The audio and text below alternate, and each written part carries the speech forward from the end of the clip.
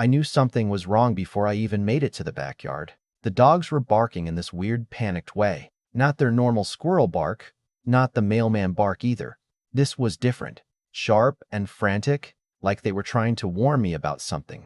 I remember setting my coffee down on the kitchen counter and thinking maybe a deer got into the garden again. But the second I opened the back door, my stomach just dropped. My fence was gone, not damaged, not knocked over from a storm, not partially missing.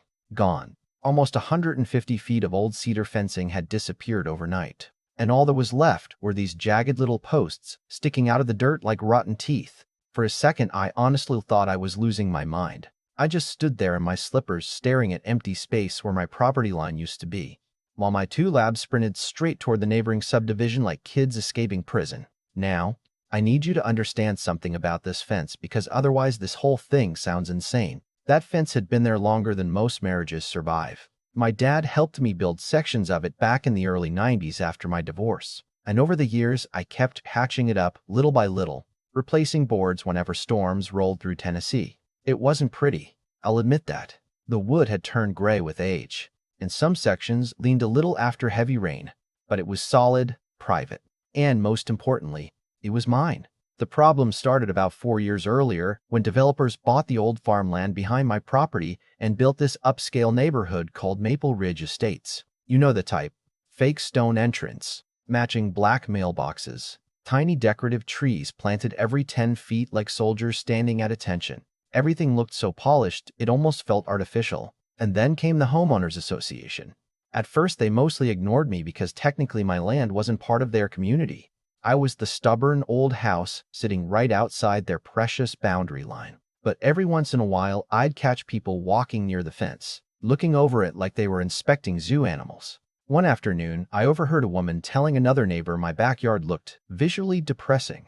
That one actually made me laugh because, lady, it's a backyard, not a golf resort.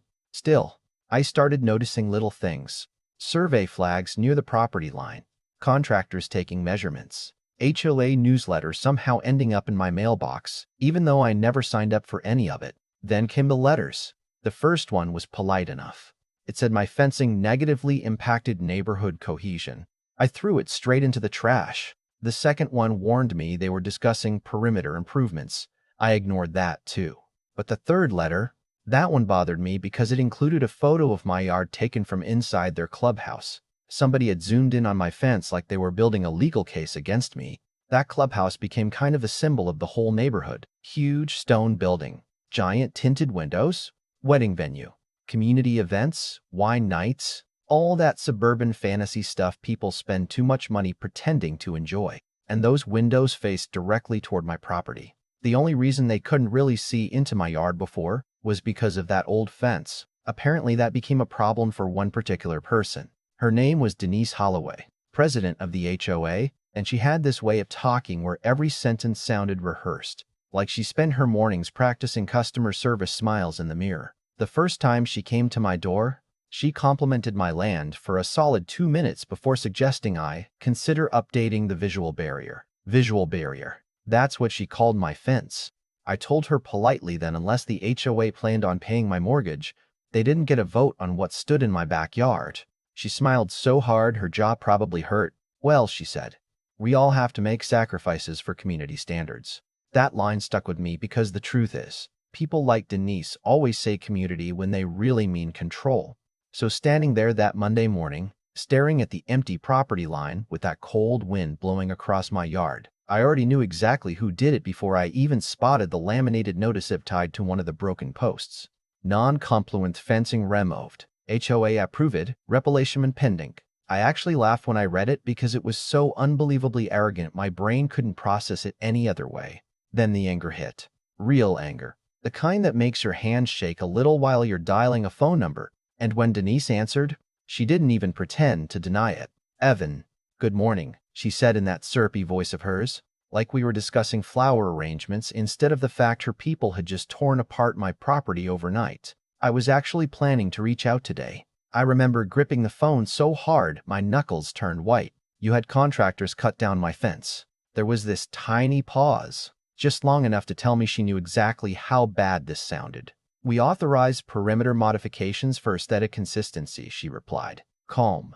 Professional. Completely insane. The previous fencing structure was determined to be non-compliant with the visual standards established by Maple Ridge Estates. I actually stepped away from the kitchen because I thought I might throw the phone through the wall. You don't own my land, I snapped. You can't just send people onto my property in the middle of the night and rip things out. Well, technically, she said. The survey indicated portions of the fence may have crossed into shared setback space. That was the moment I realized this wasn't some misunderstanding. Denise genuinely believed her HOA had enough power to bully people outside the neighborhood. Somewhere along the line, she stopped seeing herself as a volunteer board president and started acting like mayor of the entire county. I told her she had exactly 24 hours to put the fence back before I got an attorney involved. And she laughed. Not loudly, just this little breathy chuckle that somehow made everything worse. Mr. Mercer, she said, I think once emotions settle, you'll appreciate the improvement. Then she hung up. I didn't sleep much that night. Every time I looked out the back window, all I saw was open space where privacy used to exist. Cars from the subdivision rolled past with a full view straight into my yard now, and by sunset I caught two teenagers cutting across my property like it was public land. One of my dogs nearly chased them halfway down the street. The thing people don't tell you about losing privacy is how fast it changes your sense of safety. Suddenly, every light outside feels too bright. Every sound feels closer. You stop relaxing in your own home because you feel watched all the time. Around 9 that evening, I grabbed a beer and started walking the property line trying to cool off before I did something stupid. That's when I noticed the angle. The Maple Ridge clubhouse sat slightly uphill from my yard, and those massive tinted windows along the banquet hall reflected the moonlight like black mirrors. Without my fence there anymore, the entire ballroom had a direct line of sight into my property. Anybody inside could see everything. My deck, my fire pit, my workshop. Hell, probably what I was eating for dinner. And standing there in the dark, staring at those windows, something clicked in my head. Because privacy works both ways. See? Denise and her HOA only thought about what they wanted to remove. They never stopped to think about what they were exposing themselves to in return. They wanted visual control over my land without considering they had just opened their own picture-perfect clubhouse to whatever happened next. I slept better after that realization. The next morning, I drove 40 minutes to this giant roadside garden center outside Murfreesboro, and I swear to God it felt like destiny walking through that place. Everywhere I looked was pure chaos. Giant metal roosters, spinning rainbow pinwheels, plastic palm trees, decorative mushrooms, inflatable cows. It looked like a casino and a carnival had a baby. And suddenly, I was having fun. I bought 12 pink flamingos first, then 6 garden gnomes holding little lanterns, then these obnoxious reflective wind spinners that flash sunlight in every direction. The cashier, this teenager with purple hair and a nose ring, kept scanning items and trying not to laugh. Big backyard party? She asked. You could say that, I told her. Then I stopped by a hardware supply store and bought 6 industrial floodlights with motion sensors and adjustable mounts. That part took a little more planning. By Thursday afternoon, my backyard looked like a fever dream. Flamingos lined the property edge shoulder to shoulder like Vegas showgirls guarding a casino entrance. Wind spinners flashed constantly whenever the breeze kicked up. The gnomes sat scattered around the yard, staring directly toward the clubhouse windows like tiny drunk security guards. And the floodlights? Those were beautiful. I mounted them on tall poles near the boundary line and angled every single one directly at the ballroom glass. Not at houses, not at streets. Strictly the clubhouse. I made absolutely sure everything stayed within legal property limits because by then, I already knew Denise would come after me swinging. Sure enough, Friday morning she appeared in my driveway wearing white capri pants and the expression of a woman trying very hard not to scream. What exactly is all this? She asked. I looked around thoughtfully. Outdoor decor. You're intentionally creating a disturbance. No, I said. I'm embracing community aesthetics. That hit her like a slap. For a second, her whole face tightened. Mr. Mercer, this is childish. And tearing down somebody's fence in the middle of the night is what? Civic engagement? She took a breath through her nose like she was trying to keep herself from exploding. You are negatively impacting property values, and you trespassed on private land. We just stood there staring at each other while one of the wind spinners squealed loudly in the background like it was mocking her personally. Then she noticed the floodlights. Her eyes narrowed immediately. What are those for? I smiled. Security.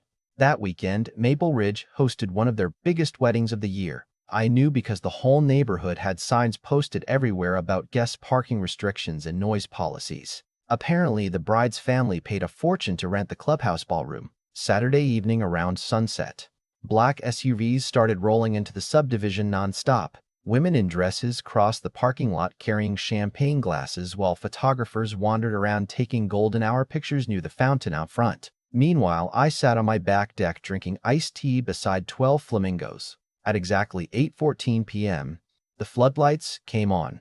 Now look, even I wasn't prepared for how dramatic that moment turned out to be. Those lights hit the clubhouse windows like prison search beams. The entire ballroom lit up bright white from outside. You could actually see silhouettes of people inside shielding their eyes. Guests started running toward the curtains, but because the ballroom used decorative sheer drapes instead of blackout curtains, the light blasted straight through them anyway. Then the music stopped. I'll never forget that part. 1 second there was dancing and celebration. The next there was confusion spreading across the room like smoke. People crowded near the windows trying to figure out what was happening while my motion sensors kept the lights blazing every time someone moved nearby. And behind all of it, those flamingos, bright pink, perfectly visible in every single wedding photo. By Sunday morning, the neighborhood Facebook page looked like a war zone. Somebody uploaded blurry cell phone pictures from inside the reception showing my floodlights turning the ballroom into an operating room. Another post complained that hostile visual harassment ruined the bride's first dance. One woman called my yard psychological abuse. That one nearly made me choke laughing.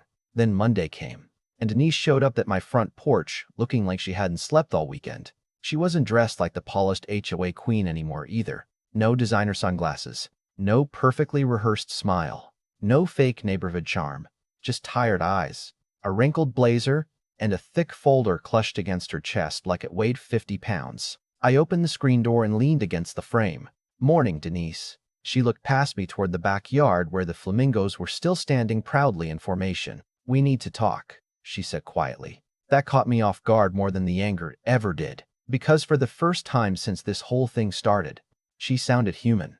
I stepped onto the porch, but didn't invite her inside. She cleared her throat.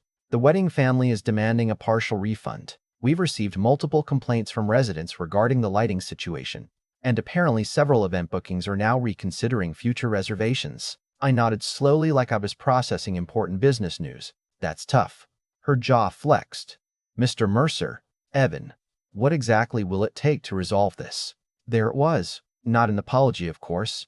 People like Denise rarely apologize because that would require admitting they were wrong in the first place. But the power had shifted and we both knew it. I looked out toward the property line for a long moment before answering. "You really want to know what bothers me most?" I said. "It's not even the fence." She frowned slightly.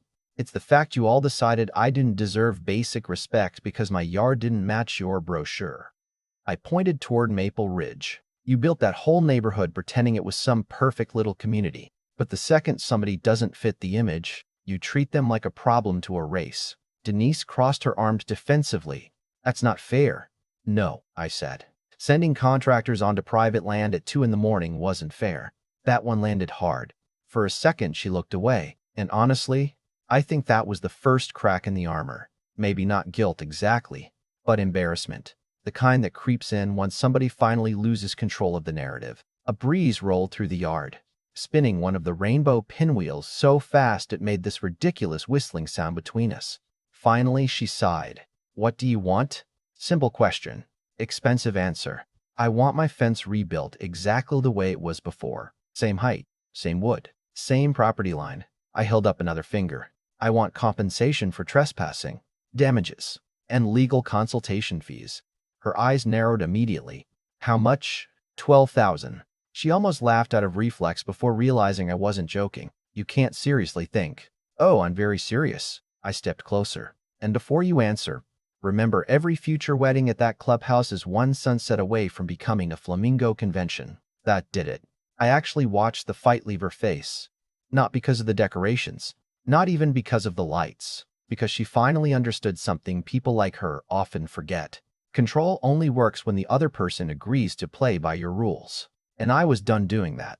She opened the folder slowly and pulled out paperwork. "We had drafted a proposed agreement," she said carefully. provided the lighting installations are removed immediately upon completion of the new fencing project. I skinned the documents right there on the porch. They agreed to rebuild the fence at full expense, issue a compensation payment, and formally acknowledge the original property boundary without future interference. Honestly, part of me wanted to push further just out of spite.